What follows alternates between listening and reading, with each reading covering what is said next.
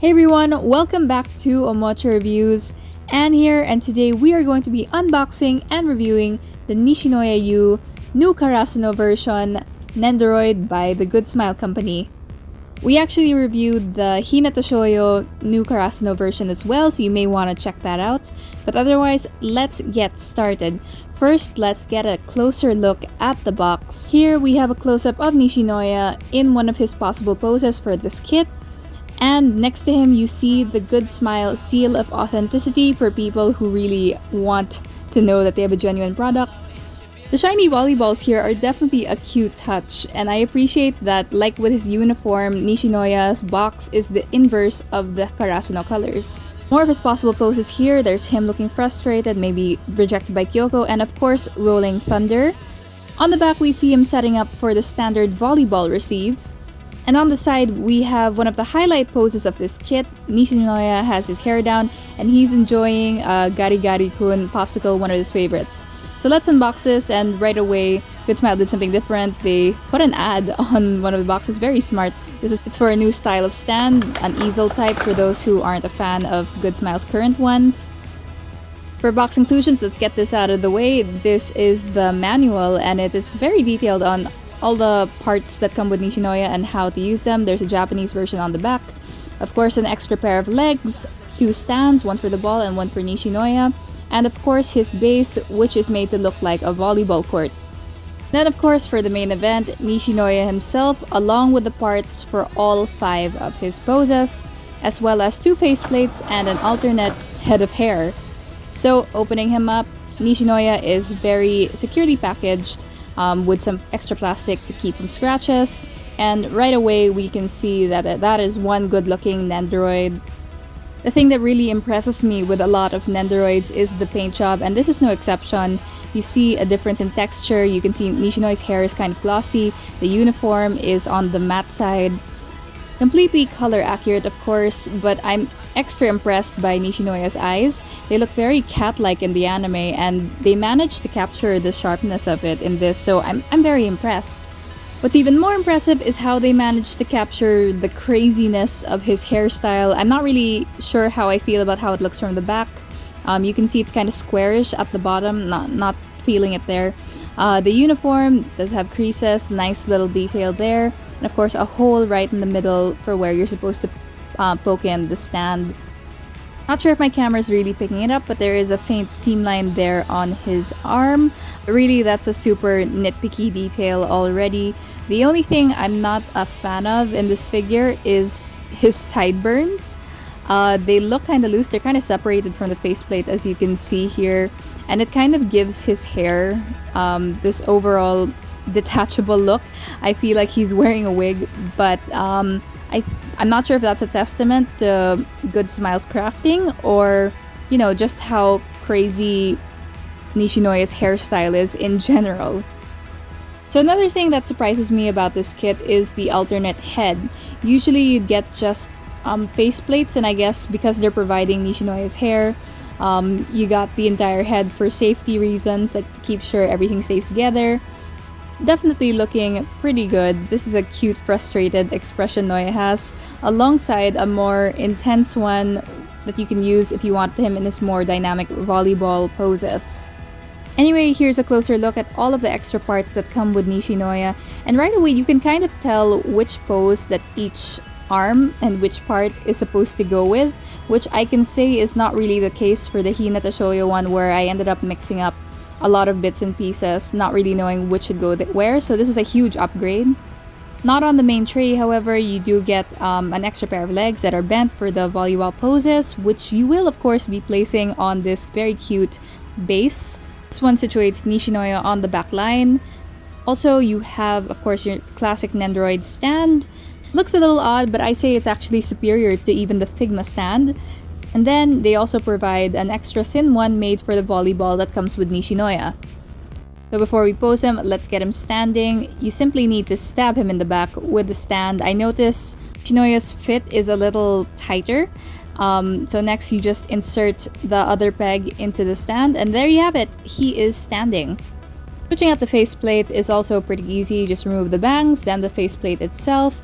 Worth noting is that the attachments are also still pretty tight, tighter than I remember Hinata being. Not sure if that's a good or a bad thing. Switching out his arms for the poses is pretty straightforward. You literally just pull off his arm.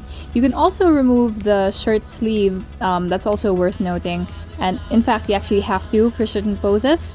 Appreciate, however, that there are fewer shirt sleeves in the mix this time versus Hinata's. That actually got confusing. But anyway, here's him in his first pose. This is Nishinoya doing a very cute thumbs up, inspiring confidence on the court. Really cute to have, but not really a pose that I would display. Same goes for this frustrated look that he's sporting here, which you might appreciate if you're the type who likes to change their Nendoroid's pose according to their mood. If that's the case, then this is actually a pretty good selection. So next, I just wanted to give a look on how to replace the hair. It's essential to do the entire thing because of the back of his head. You dismantle pretty much the entire thing. If you're gonna do the gari-gari-kun pose, it comes with an extra little towel, and you have to put it before you put anything else. Because once the back of the head is there, it's really difficult, so this just seals it in. Altogether, this look, it's pretty adorable. That popsicle is everything for me. I'm normally not a fan of putting Haikyuu Nendoroids in non-dynamic poses, but this is really great. Speaking of volleyball poses, switching out the legs is also pretty easy. You just pull it off as with the arms, and then you attach the bent leg through the peg, and there you have it. Probably the most complicated part to attach to Nishinoya actually is the single part, the one that includes both arms for his standard receive post.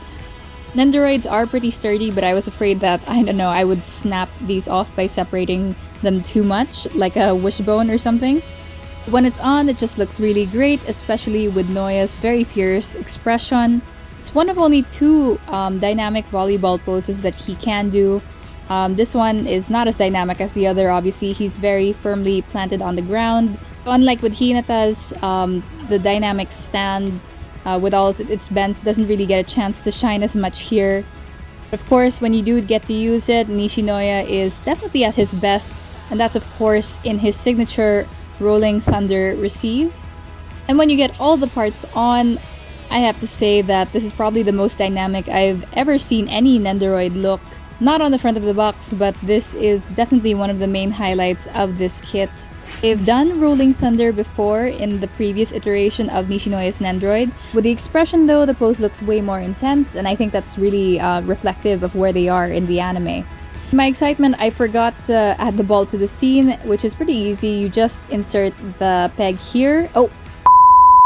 So you simply insert the peg into the ball and then the other end into the court, and from there you really have a stand that can manipulate the ball very easily. I was very impressed the first time I saw it, and that hasn't changed.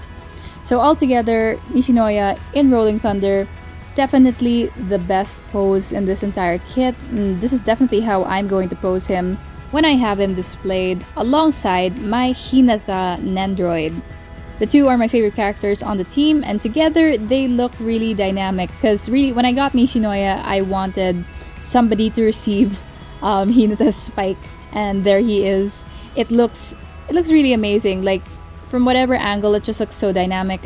Maybe not this side, but looking at these two together, it kind of makes me want to assemble the whole team, because this looks like a really cute chibi take on a scene right out of the anime. Two are a good match if you decide to get them together, because Hinata has a net, Nishinoya does not. Overall, the two do actually complement each other pretty well. My only pet peeve really is the fact that their bases look so different. And that's really attributed to the fact that Nishinoya is usually on the back line while Hinata is in the front. It's a detail you definitely wouldn't really notice if you had only one Nendoroid, but when you have two, it just makes it obvious that they're not supposed to be on opposite sides of the net. Nishinoya is supposed to be behind Hinata, and this makes me want to hit myself for not getting the Kageyama Nendoroid as well to complete all of the new Karasuno versions that have been released so far. If you think I should go for it, please do let me know in the comments.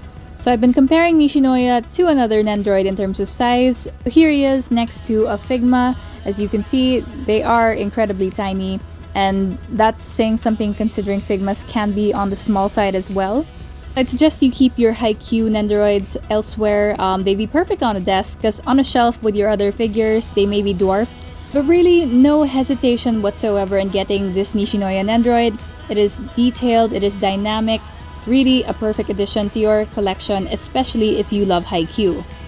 Anyway, that's it for today. I hope you enjoyed this video, guys. If you did, please do leave us a like, and if you want to see more, please subscribe to Omocha Reviews.